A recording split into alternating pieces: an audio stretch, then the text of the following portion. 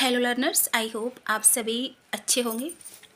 Commerce का एक topic है इंस्टॉलमेंट और हायर परचेज।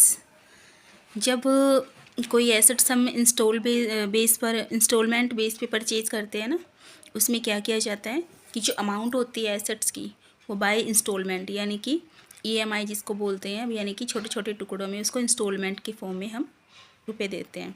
लेकिन जब फर्स्ट इंस्टॉलमेंट हम दे देते हैं ना, तो वो एसेट्स होती है, वो सेलर परचेजर को दे देता है, बायर को दे देता है, भाई अब तुम्हारा इस पर राइट हो चुका है, अधिकार हो चुका है, ठीक है, फर्स्ट इंस्टॉलमेंट के जस्ट बाद।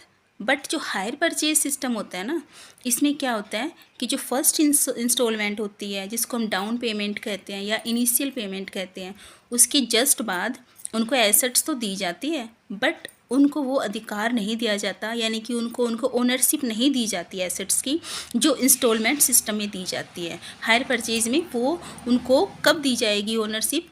जब हायर परचेज सिस्टम में लास्ट पेमेंट हो जाएगी सारी की सारी, तब उसको वो अधिकार दिया जाता है, भाई अब ये संपत्ति तुम्हारे अधिकार में है। अदरवाइज तो उसको उनको यूज़ करने के लिए ही दी जाती है हायर परचेज में।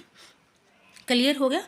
यानी कि इंस्टॉलमेंट सिस्टम में फर्स्ट जो इंस्टॉलमेंट होती है उसके जस्ट बाद ओनरशिप मिल जाती है बायर्स को, ठीक है। और बट जो हायर परचेज सिस्टम में होती है उनको एसेट्स तो मिल जाती है, बट फर्स्ट इंस्टॉलमेंट के बाद उनको ओनरशिप नहीं मिलती, उनको ओनरशिप मिलती है लास्ट पेमेंट करने के बाद।